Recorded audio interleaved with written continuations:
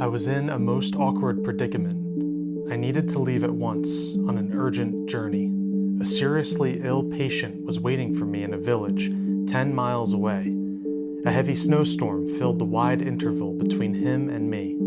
I had a carriage, light, with large wheels, perfectly suited to our country roads. Wrapped in my fur coat, my instrument bag in my hand. I was already standing in the yard ready to go, but I lacked a horse. A horse.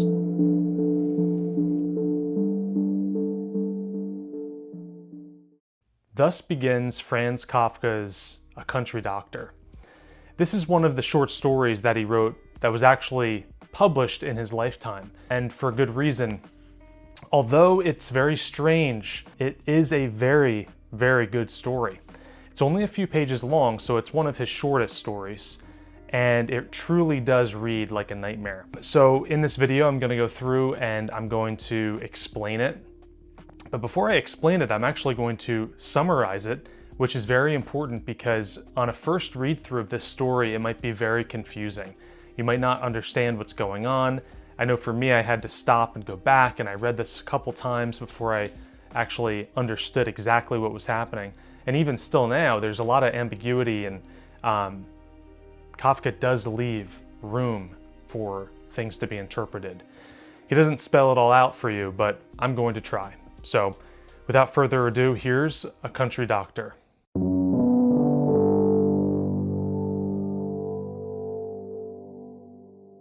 The story begins on a snowy night. The narrator has just been alerted that there's a sick patient, a sick client, in a town about 10 miles away. And unfortunately, the snow is making travel extremely difficult. And on top of that, our narrator's horse died the night before. And so he's tasked his maid to go around the town and ask other people if he can borrow their horse to make this travel. Of course, she comes back empty-handed, and unfortunately, it seems like all hope is lost. He's not going to be able to make the travel through the snow and help this client. So he goes over to his pig pen and he kicks the door open, and something very strange happens next. It opened and swung back and forth on its hinges. Warmth and a smell like that of horses came out of it. A murky stable lantern was swinging by a rope inside. A man, crouching in the low shed, showed his candid blue-eyed face. "Shall I hitch up?" he asked, creeping out on all fours. This is where the story takes a bizarre turn, and we're only on the first page. So when he kicks open this pig pen, this would be a place where he'd keep, pigs and other animals like horses and whatnot, and it's been empty for a little bit of time. The fact that there's a man in there in the middle of the night, in the middle of a snowstorm, crouched down, is just so bizarre and so creepy. I find this right off the bat to be so unsettling. I know that his other stories, like The Metamorphosis, the nature of that story in particular is very unsettling. The fact that, the main character wakes up one day as a bug, but in this, there's just something alarming about there being a strange man crouched in the dark in a place where he isn't supposed to be, a place where the protagonist really is not expecting him to be. I'm actually getting chills thinking about that, talking about it, because, well, I'm in my room right now, and it'd be a little freaky if there was somebody here that I wasn't expecting. But anyway, the other thing that's very strange is that it says he's creeping out on all fours. So you've got this stranger in the dark, creeping out on all fours. This man is described as the groom. That's the only name we get for him. If you don't know what a groom would be someone who takes care of horses. And his question to the narrator is, "Shall I hitch up?" The assumption there is that he has some kind of horses with him. Now, it's not only the reveal of this man in the dark in this pig pen that's very strange and bizarre, but it's also the reaction of the narrator and the maid. You would think that they would just be freaked out and, that maybe the maid would run away and the protagonist would be, shaking or experiencing fear in some way. But this is how they respond. The maid stood next to me. People don't know what they've got available in their own house. she said, and we both laughed. People don't know what they got available in their own house, and they both laughed. It's a very interesting line, and it's one that's going to make sense as this story goes on. Right now, it seems very random. It seems out of place, and the reaction is out of place, but that line about people don't know what they've got available in their own house, that's actually going to come into play when we start talking about deeper meaning and the analysis of this story. But for now, it's a very strange reaction. And that's part of Kafka's writing style.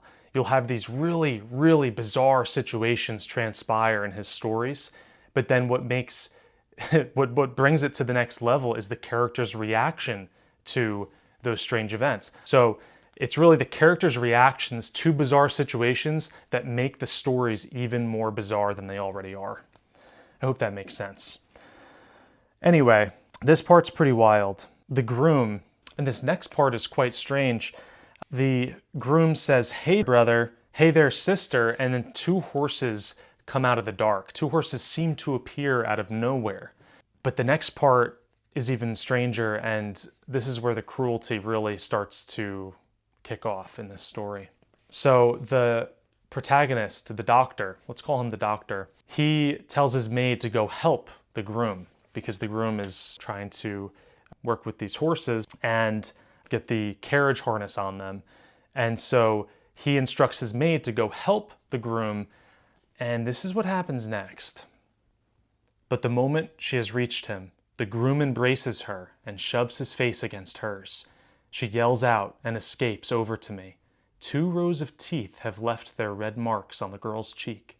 So this is another really strange moment in the story where the narrator asks his maid to help him, and in response, this strange man who crawled out of the dark on all fours lurches up and bites her on the cheek. When I first read this, which by the way, this story I read for the first time just a couple of days ago. I was in bed, I was reading it before I went to sleep, and it was probably not the best story to read before going to sleep because this is like reading a nightmare, as I said before. It's really quite terrifying, not only the fact that this man came out of the dark, crawling out on all fours, but now he's attacking somebody. He's attacking the maid, biting her cheek. Very strange. It's sort of like a subversion of a normal greeting. A normal greeting in polite society, it would be a kiss on the cheek. He bites her cheek. He leaves 2 rows of red teeth marks on her cheek, and obviously she is distraught by this. I also have to point out that probably by now you've noticed that the tenses have changed. The story began in the past tense, and now it's switched over to the present tense. And we're going to be in the present tense for some time, and then later on in the story, it's going to switch back to the past tense. So who knows why this is the way it is. I think it's always good to assume when you're reading a finalized story that every decision was made with intent. That's where you can get some interesting analysis in things. Much more interesting than just assuming that, oh, Kafka made a mistake and the editor didn't catch it. I think it's much more interesting to look at it as a deliberate choice and look at it in a way where Kafka's trying to make us feel like we are reading a dream. Sometimes dreams and nightmare go between a present tense and a past tense, and maybe even a future tense kind of feeling. Sense of time, sense of location are all sort of up in the air and shaky and not grounded in dreams. It's kind of what makes dreams dreamlike. It's one of the things that makes dreams dreamlike. And so this switching between past tense and present tense, I believe, is one of the tools that Kafka uses to make us feel like we are in a kind of dream or, at this point, a nightmare. So the doc, his initial reaction is to defend the maid. He threatened the groom with his whip. He says, you beast of a man," and he threatens to whip the guy. And the groom just responds by saying, "Get in." It's a command. It's an order of some kind. And it's at that moment that the doc looks at the horses and realizes, wow, I've never seen such beautiful horses before. And then he gets into the carriage cheerfully. The book describes it as him getting into the carriage cheerfully. What an interesting word. Now he says, "I'll do the driving. You don't know the way, I say. Sure, he says. I'm not going along at all. I'm staying with Rosa. By the way, Rosa is the maid. No, yells Rosa. And with a true foreboding that her fate is inevitable, she runs into the house. I hear the door chain rattle as she draws it tight. I hear the lock snap shut. I watch as, in addition, she turns off all the lights. First in the vestibule and then racing through the rooms, so she won't be found. You're coming along, I say to the groom, or I'm giving up the trip, no matter how urgent it is. I have no wish to hand the maid over to you as fare for the ride.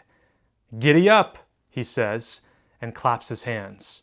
The carriage is swept away like a piece of wood in a current. I can still hear the door of my house cracking and splintering as the groom assaults in. Then my eyes and ears are filled with a rustling wind that penetrates all my senses uniformly. But even that lasts only a moment, because as if my patient's farmyard opened up directly in front of the gate of my own yard, I am already there. The horses are standing calmly. The snowfall has ended. The moonlight all around. The parents of the patient rush out of the house, his sister after them. They practically lift me out of the carriage. I can't make out any of their confused talk. In the sick room, the air is barely breathable. What a bizarre chain of events. So the groom orders the doctor to get in the carriage. And this is the part of the story where you have to start to wonder if there is some kind of Faustian bargain going on. If you don't know what that means, a Faustian bargain would be where someone makes a deal with the devil. And so in this story, what's the deal? The deal is, hey, I'll trade you my maid so that I can get free passage to the place I need to get to, which is to a client tonight. I need to help a client, a sick patient. And even though it's not explicit, even though it's not right there in front of you, them shaking hands and making an actual deal, there's enough context there, there's enough information there to surmise that this is a trade-off. This is a kind of sacrifice. Especially the fact that he gets into the carriage cheerfully. It's not like he's trying to resist it. It's not like he's going against it. He cheerfully gets in. But it's just so horrifying how the groom says, get in, and the doctor is just whisked away. And before he's totally whisked away, before he basically transports over to the village 10 miles away, he hears the front door splintering open. And so we can assume that the groom is attacking Rosa. The groom is attacking the doctor's maid. But there's nothing he can do about it at this point. All right, so the doctor's gotten what he wants. He miraculously has now been transported to this town 10 miles away. There's no description of the travel. He just sort of zaps there. It's almost like he's in the same place, and at once the village that he's trying to travel to snaps to him. So it's, again, not like he's traveling there. It's almost like he teleports there. It's otherworldly, I would say. So he basically gets there, and the village people, the family of the sick patient, they say that they're all upset. They're very eager to have this doctor come to the rescue. They want him to come and save this sick person, but they're very upset because obviously the sick person seems to be near death. And when the doctor first talks to the sick person, he's described as a sick boy without a shirt and has expressionless eyes. And he whispers something in the doctor's ear. He whispers, "Doctor, let me die." So all the townspeople and his family want the doctor to cure this boy, but the boy wants to die. That's the thing he wants. Right off the bat, that's what he's asking the doctor. Now, after the boy asks the doctor to let him die, the doctor thinks of Rosa, he thinks of the maid, and he's trying to think of a way that he can actually get back home to help her because she's being attacked.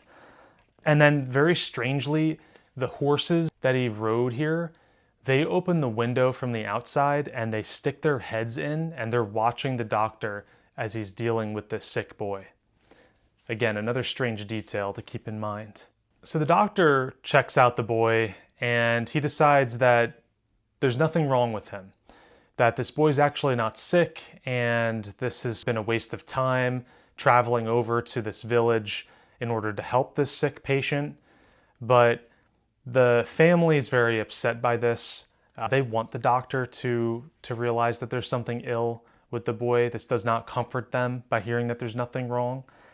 And so he actually decides to reinvestigate the boy. He gets a little closer, and this is what Kafka writes. I go over to him. He smiles at me as I approach, as if I were bringing him, say, the most invigorating soup. Oh, now both horses are neighing. The noise, ordained by some lofty powers, is probably meant to facilitate my examination. And I find, yes, the boy is ill. On his right side, around the hip, a wound as large as the palm of one's hand has opened up. Pink, in many shades, dark as it gets deeper, becoming light at the edges, softly granular, with irregular accumulations of blood, wide open as the surface entrance to a mine. That's how it looks from some distance, but close up, a complication can be seen as well. Who can look at it without giving a low whistle? Worms as long and thick as my little finger, naturally rose-colored and in addition splattered with blood, firmly attached to the inside of the wound, with white heads and many legs, are writhing upward into the light. Poor boy, there's no hope for you. I have discovered your great wound. You will be destroyed by this flower on your side. The family is happy. It sees me active. The sister tells it to the mother to the father to a few guests who are entering the open door through the moonlight on tiptoe, balancing with outstretched arms. Will you save me? The boy whispers with a sob, completely dazzled by the life in his wound. So this part is where things get interesting. It's what you could say is a turning point, because so far since he's been here, the family's been very upset. They've sort of resigned themselves to the fact that this boy is very sick and facing death. But it's when the doctor notices that, yeah, he actually is sick, not just sick, but has this horrible, disgusting wound with worms writhing around in it. That's when the family actually gets kind of happy. It's very strange. Even the boy, it says he's dazzled by the life in his wound. He's dazzled by the worms, by... The book says the life, and the living things in it are the worms, but it does sort of bring up this idea that there's life in suffering. There's some sort of passion in suffering. And if you know anything about Kafka's personal life, he was a man who went through a lot of suffering. And a way that he dealt with that suffering was through his writing. And that's when he felt most alive. And so there is a way that you could connect it there, being dazzled by the life in his wound, finding life in suffering. But they like that the doctor's now discovered that there's this wound. Before, when he said that everything was fine and the boy was okay, that's when they were still upset. But now that the doctor has realized, oh my gosh, he has this huge wound on his side, that's when they get a little happier. And so this next part is kind of interesting too. There's this reflection that the doctor has that we're only privy to as readers. He says, that's how the people are in my area, always asking the doctor for the impossible. They've lost their old faith. The priests sit home and picks his vestments to pieces, one after another. But the doctor is supposed to accomplish everything with his gentle surgical hands. Well, have it any way you like. I didn't offer my services. If you misuse me for religious purposes, I'll go along with that too. What better can I ask for, an old country doctor, robbed of my maid? And this is where things get even weirder. And they come, the family and the village elders, and they undress me. A school choir, led by their teacher, is standing in front of the house and singing in an extremely simple setting of these words. Undress him, then he will cure. And if he doesn't cure, then kill him. It's only a doctor. It's only a doctor. So I keep saying this is where the story gets strange, or this is where the story gets weird, but I think it's just a weird, strange story. It's bizarre from start to finish, but it just gets cranked up even more as we continue to go through it. This part especially. So after he notices that there's this disgusting wound, which strangely enough, he compares to a flower, the villagers all pick him up, they undress him, they carry him around, and the choir outside sings a song led by their teacher. It's almost like it's been rehearsed, but that would be impossible. They say undress him, then he will cure. If he doesn't cure, then kill him. It's only a doctor, it's only a doctor. And this comes right after the doctor's musings on the fact that people put more faith in him than they do in God or in religion, which is very interesting because it puts a lot of pressure on him. He's basically saying that the priests can sit around and if their promises fall short, then no one really cares. They've come to expect that because someone who believes in God would say, well, this man, he can't do the miraculous for me, this priest. But people have this expectation of a doctor that he's going to cure anything. He's going to do his job well and he's going to cure anything. And this is where the villagers, they say, if he doesn't cure anything, if he doesn't cure this boy, then we'll kill him. And it doesn't matter because he's only a doctor. So he's getting the worst of both worlds here. He's losing out in two ways. In one way, people's expectations are way too high. He can't possibly meet those expectations. And then the other part of it is that if he doesn't meet those expectations, he's going to die. They're going to kill him. And they say he's only a doctor, he's only a doctor. Normally a doctor would be someone that people would look up to, people would actually see as having some sort of level of respect. But in this case, they say, yeah, it doesn't matter if he fails and we kill him because he's only a doctor. So that's just an interesting thing to point out. At this point, the villagers lay him in the bed next to the sick boy and they exit the house. So now the doctor is laying completely naked in the bed next to the sick boy. All the villagers have exited the house and they're waiting for the doctor to somehow cure the boy. I don't really understand how making him lay in the bed naked next to the boy would actually help cure this gigantic, disgusting wound on the side of his hip. But hey, people are strange sometimes. People do strange things. As he's laying in the bed, the boy whispers something into the doctor's ear. He says, I don't have much confidence in you. You just drifted in here from somewhere. You didn't come on your own 2 feet. Instead of helping, you're just crowding me out of my deathbed. I'd like most of all to scratch your eyes out. So the boy realizes that this doctor came here in otherworldly means. He realizes that the doctor didn't get here on his own, that he's just been whisked away from another place. And it might be the fact that he's close to death that he can pick up on the fact that maybe this doctor has gotten here in some sort of spectral way. But the doctor's response is this. He says, my young friend, your mistake is this. You don't have the big picture. I, who have already been in all the sick rooms, far and wide, tell you, your wound isn't that bad. Brought on by 2 hatchet blows at an acute angle. Many people offer their sides and scarcely hear the hatchet in the forest, let alone having it come closer to them. The boy responds, is it really so? Or are you fooling me in my fever? The doctor says, it's really so. Take a government's doctor's word of honor into the next world with you. And he took it and fell silent. So this part, I have a different interpretation of what's actually happening here than most of the online summaries that you'll find. If you go on to different sites or watch other videos where people are trying to summarize this story, they often don't mention that the boy dies in this part. But I believe that the boy dies right after this happens. Most people think that he just falls asleep, but I read it and I can't really see it any other way than pointing to the fact that this boy dies. Because the doctor says, and I'm going to reread this, he says, it's really so. Take a government doctor's word of honor into the next world with you. Then the next sentence says, and he took it and fell silent. So the doctor's telling him to take his word that he's actually not that bad, this wound isn't terrible, because the doctor's saying, I've been all around the world, I've been to all these different sick rooms, and trust me, your wound is not bad at all. Take my word with you into the next life, into the next world. Then the next sentence is, and he took it, and the boy fell silent. So to me, that implies that he is taking the word into the next world.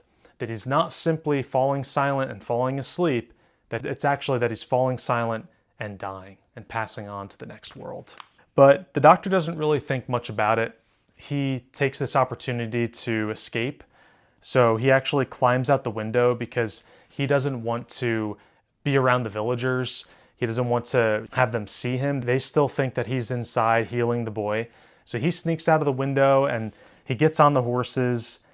And it's kind of a funny line that he says, but he says, "Giddy up and look lively," he says to the horses. But the horses move so slowly. It says they move like old men. So picture this, you've got the doctor completely naked in the snowy setting there, riding the horses with his fur coat being dragged behind, and they're going so slow. It's the opposite of how he got there. When he transported to this village, but at this point, on the way home, it's just at a snail's pace. He's going so slow. I'm going to read the final part of this story, and then we'll talk a little bit about what some of this stuff means. "Traveling this way, I'll never arrive home. My flourishing practice is lost. A successor is robbing me, but it will do him no good, because he can't replace me in my house. The loathsome groom is rampaging. Rosa is his victim. I don't want to think of all the consequences. Naked, exposed to the frost of this most unhappy era, with an earthly carriage and unearthly horses, I, an old man, roam about aimlessly. My fur coat is hanging in the back of the carriage, but I can't reach it, and no one among the sprightly rabble of my patients lifts a finger to help. Betrayed! Betrayed! Having obeyed the false ringing of the night bell just once, the mistake can never be rectified." And that's how the story ends. We never see the doctor arrive back home. We never see what happens to Rosa. We don't get to see the villagers' reaction to the sick boy dying and the doctor failing. We don't get to see what happens next. But it doesn't really matter because we are given enough to walk away with something. Maybe some meaning, maybe a feeling, but we can walk away from this story with something. So let's dive in and talk about it. I'm actually going to start with the end here. So this one line where he says, "Naked, exposed to the frost of this most unhappy era, with an earthly carriage and unearthly horses, an old man roam about aimlessly. My fur coat is hanging in the back of the carriage, but I cannot reach it, and no one among the sprightly rabble of my patients lifts a finger to help." He's feeling very spiteful. This narrator, this protagonist, is not someone that we look up to. This is not someone that we really are supposed to remember from the beginning. He gets into this carriage cheerfully after the groom has attacked his maid, after the groom bites his maid's cheek. And at the end here, he's still not a very good guy. It's still not someone that we're going to look at and say, wow, he's grown, he's learned a lesson. Instead, he's just feeling spiteful. He's thinking about all the patients he's helped over his lifetime and how none of them are around to help him now. All he wants is his fur coat, and for some reason he can't grab it. Maybe it's too cold, maybe he's too exhausted, but he's feeling very spiteful that none of his patients are around to help him in his time of need. And then we read these two words, betrayed. It's betrayed, repeated, but it's more than that. You could read it almost as if there's two betrayals going on here. Probably more than two, but at least two that we can talk about. So on one hand, the story begins, he betrays his maid. He betrays Rosa by making this deal with the devil, by trading her for passageway to this town that's 10 miles away. So the first betrayed is his betrayal of the maid. And now the second betrayal is he feels betrayed. He feels betrayed by the fact that there's no one around to help him in his time of need. And for all we know, he'll die because it's so cold and he has a long journey to make and these horses are moving like old men. So the first betrayal is he's betrayed his maid. The second betrayal is he feels betrayed by his patients, the patients he's had throughout his life. So there's this idea in this story about not appreciating or not noticing the things that one already has. It starts off when the maid laughs once they see the groom in the pigsty or the pig pen, and she says that people just don't know what they already have in their own house. That idea is present throughout this story where people just don't appreciate what they have.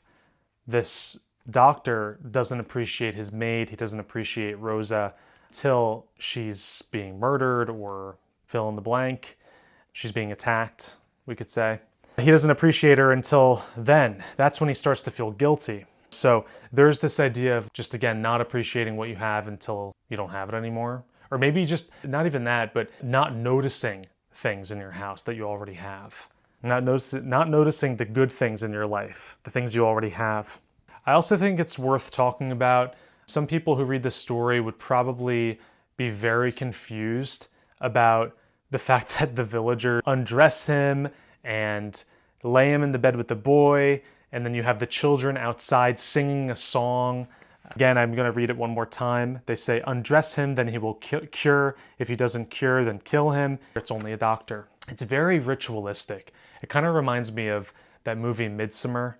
I don't know if you've seen it, but it's about a cult. And this part is very ritualistic, something a cult would do. But that's not supposed to be the takeaway. You're not really supposed to read this and think, oh, well, you know, what if he accidentally walked into a cult?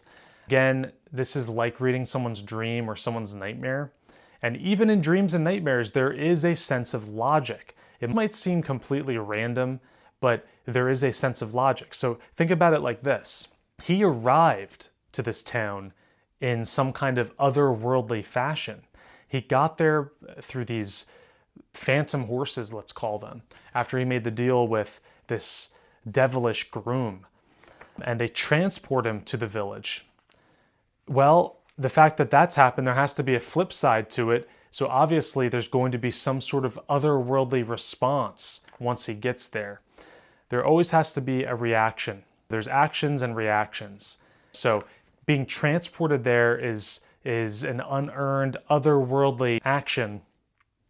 And so the response is going to be otherworldly as well. So to me, it makes complete sense that there would be this very strange, ritualistic, almost spiritual, otherworldly response by the villagers to the doctor. But what makes this story so cruel? Why do I think it's the cruelest story that Kafka's written? I just think from the first page on, the cruelty never stops. I think the way that the narrator treats his maid is very cruel. I think that the way the groom treats the maid is very cruel. The fact that he bites her. I think the response by the narrator, by the doctor, when he cheerfully gets in the carriage, I think that's a cruel response. He's getting what he wants, so he doesn't really care about the safety of his maid. She was just bit on the cheek, and instead he's just dazzled and he's thinking, wow, these are the best looking horses I've ever seen, and he gets in the carriage. So I think that's very cruel, very greedy, very cruel. And then the fact that the sick patient is a boy, that's cruel too, because no one ever likes to see a sick kid. No one ever wants to see a dying kid. The fact that it's not an adult and that Kafka chose it to be a kid in particular, I just think that's very cruel as well. Very dark. And the narrator's position throughout this whole story is very calloused, cold, and cruel as well. The whole time he's not performing this duty out of any kind of sense of justice, or what's the right word? I'm having trouble thinking right now because it's quite late at night and I'm a little tired, but I'm trying to think of a good word. Altruistic, let's say. This isn't out of a sense of altruism. Maybe that's, I don't know if that's right, but, or charity. Let's say charity. He's not doing this to be charitable. He's maybe doing it out of a sense of duty. That's really about it. He's not doing it because he hears the call and he wants to help a sick person because that's what he's been put on this earth to do. It's more so a sense of duty, but he doesn't really care. Once he's there and he's supposed to be helping this poor kid, it doesn't seem like he cares much.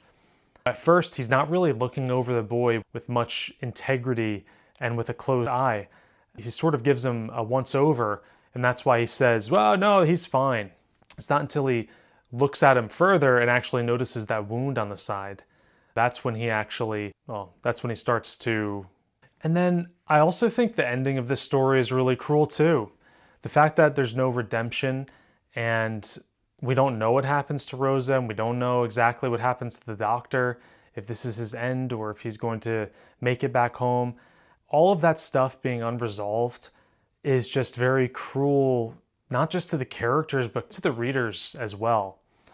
But it is one of those things that just makes me feel like maybe Kafka was trying to write a dream. He was trying to write a kind of nightmare here, because that's how dreams are. Sometimes you wake up and you're in the middle of a dream and there isn't a resolution, and you're just left there feeling something, but not really knowing how to put it to words. And that's why I'm so impressed with this story, because you finish reading it and you feel something, but it's hard to put it into words. I'm even struggling here as I talk to you about it, but I think that's probably long enough on this story. It is only a few pages, and I think I kind of went off for a long time talking about it.